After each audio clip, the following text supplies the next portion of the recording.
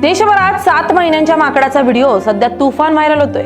हा व्हायरल होणारा माकडाचा व्हिडिओ पाहून तुमच्या डोळ्यात देखील नक्कीच पाणी येईल, कारण जन्मलेल्या 7 महिन्यांच्या माकडाच्या पिल्लाला आईनं प्रसूतीच्या वेदना आणि उष्णतेच्या लाटेमुळे सोडून दिले। ही घटना मनाला चटका लावणारीच आहे।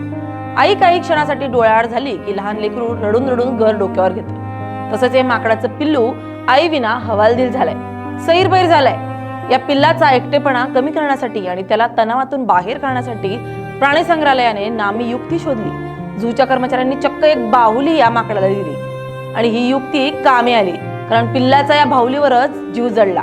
जपानमधील इचिकावा शहरातील एका प्राणी संग्रहालयात असलेल्या छोट्या माकडाची सध्या सोशल मीडियावर जोरदार चर्चा सुरू आहे। पंचकून असं या चिमुकल्या माकडाचं नाव असून त्याची कहाणी अनेकांना भावुक करते।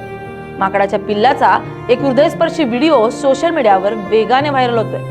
या व्हिडिओमुळे प्राण्यांविषयीची आपुलकी आणि संवेदनशीलता पुन्हा एकदा अधोरेखित झाली आहे। पंचकूनने बाहुलीलाच आई समजलंय। हे पिल्लू बाहुलीच्या कुशीतच आईच्या मायेची ऊब घेत आहे। बाहुलीला दिवसभर पाठीवर घेऊन फिरतंय। या बाहुलीला जवळ घेऊन झोपताना दिसतंय। खरंच ही छोटीशी बाहुली माकडाच्या पिल्लासाठी भावनिक आधार ठरली आहे आणि सर्वस्व बनली आहे। जणू पंचकूनचं अख्खं जगच या बाहुलीत समावलंय।